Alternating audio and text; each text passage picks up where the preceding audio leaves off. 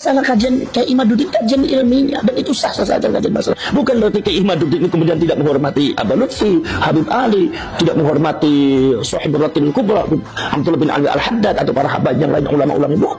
Bukan masalah itu. Itu masalah ilmiah, debat dengan ilmiah saja. Tidak apa-apa.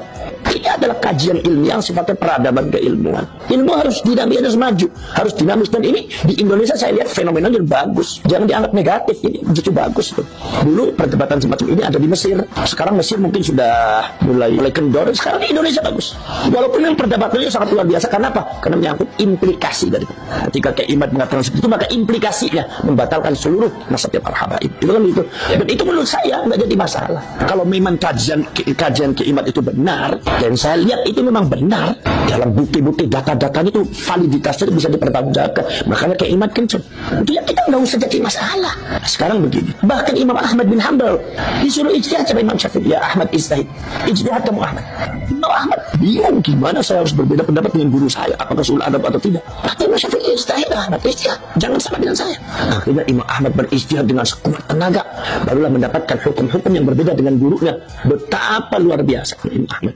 Apakah Imam Ahmad itu kemudian ketika mengatakan Imam Syafi'i dalam hal ini guru saya salah? Apa itu kurang ajar? Enggak. Apa itu sul adab? Oh tidak, itu hal ilmiah. Seperti masalah tayamum.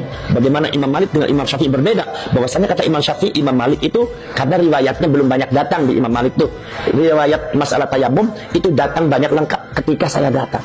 Ketika saya ada. Saya mencari data-data tentang masalah tayamum, ternyata seperti ini. Berbeda dengan Imam Malik. Berbeda pada waktu di guru saya belum lengkap ini hadisnya. Itu bukan berarti Imam Syafi'i itu sul adab terhadap Imam Malik. Bukan, jangan dimaknai seperti itu. Ini bicara masalah agama. Ini bicara masalah konteks ilmiah. Jadi kalau Anda bantah saya secara ilmiah. Nggak usah dengan pakai narasi kebencian, kemudian juga dengan pakai podcast yang nggak benar. Anda datang ke Kiai Imad, katakan debat ilmiah. Saksinya mana? Tapi kalau debat saya minta ya lawannya yang selevel gitu. Kalau lawannya ya Allah, yang lawannya yang dari Lampung itu, apalagi semua yang lawannya itu semua Harbisme itu, ya itu ya bukan levelnya Kiai Imad, mohon maaf, itu ngaji kitabnya juga karu-karuan. Kiai Imad itu karyanya saja 17 itu bagus. Saya tahu persis, dia orang pintar dan ilmiah sekali. Jadi lawannya jangan itu. Jadi lawannya bagaimana? Lawannya saya minta ke Imad kalau semua diajak debat ya sama orang-orang yang kredibilitas keilmuannya tidak ada. Jangan mau, buat apa debat dengan orang jahil? Ya omongannya nggak karuan, akhirnya jadi fitnah. Sayang ke imannya, sayang ke ilmuannya. Debatlah dengan orang yang kredibilitasnya terjamin, minimal dengan Robitoh Alawiyah, ulama-ulamanya. Kumpulkan, debat di situ. Itu namanya ilmiah, itu bagus. Kalau semua dekat dengan orang-orang yang ya Allah, ya mohon maaf itu. Saya juga bisa membaca juga dari karakternya, dari cara bicaranya. Orang nggak ilmiah, ngapain juga debat dengan orang semacam itu? Orang jahil, nggak usah diladeni. Kalau orang jahil itu, nggak usah itu. Nggak ada manfaatnya, biarin aja. Di atas ada Allah Subhanahu Wa Taala. Nggak usah jadi pikiran dan jadi apa. Yang penting Kiai Imad tetap pada itu. Dan saya dukung ya perjuangan Kiai Imad memang itu. Kenapa? Karena itu persoalannya bukan masalah persoalan Kiai Imad. Kalau Anda mengatakan itu masalah Kiai Imad, bukan. Anda salah paham. Itu sejak dulu sudah ada. Sudah ada. Sejak zamannya abad ke-8 Imam Fakhruddin Ar-Razi sudah menyatakan bahwasannya Sayyid Ahmad tidak memiliki anak yang bernama Abdullah. Sehingga pada waktu abad ke-13 Syarif Aulur Rafiq penguasa Hijaz ketika itu dari Syarif Al-Hasani itu melarang kaum Ba'alwi memakai nama Sayyid dan Syarif.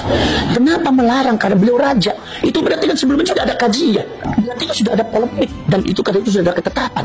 Satu. Nomor selanjutnya yang terbaru di antara ada salah satu naqib daripada Naqibatul Ashraf yang ada di Mesir, itu salah seorang Syarif yaitu Al-Hasani, itu juga mengatakan ada ibtalun nasab di ahli Ba'alwi, membatalkan nasab dari keluarganya Ba'alwi dengan catatan-catatan secara ilmiah. Itu seorang naqib, beliau seorang nasabah dari Naqibatul Ashraf yang ada di Mesir. Mengatakan bahwa ini kesimpulannya, nasabnya Ba'alwi dari beberapa faktor-faktor yang sudah saya jelaskan, katanya nasabnya Ba'alwi itu adalah batilun ghairu sahihin, sudah batil ghairu sahih lagi.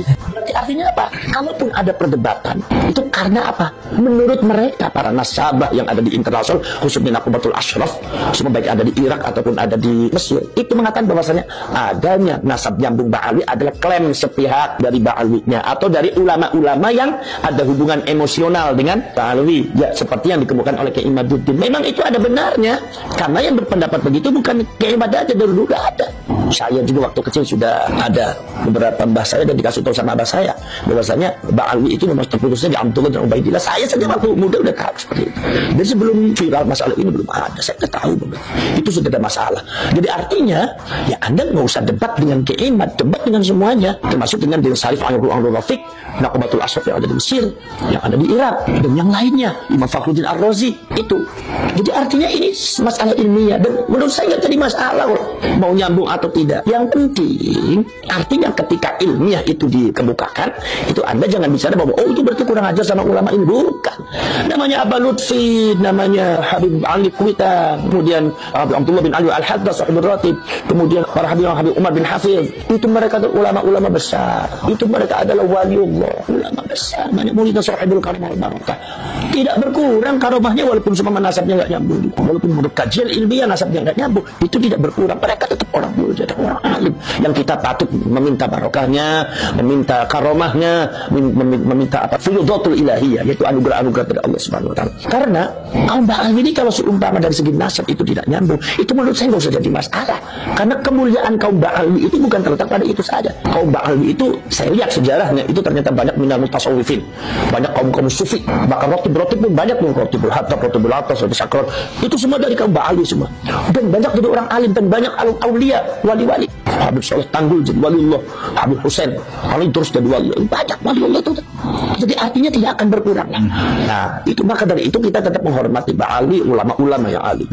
Nah, tapi kalau ada oknum Ba'alwi yang kadang-kadang berbuat tanpa tidak ada sopan santunnya, tidak ada akhlaknya, baru itu kita harus dihentikan. Kalau nggak dihentikan ini bahaya.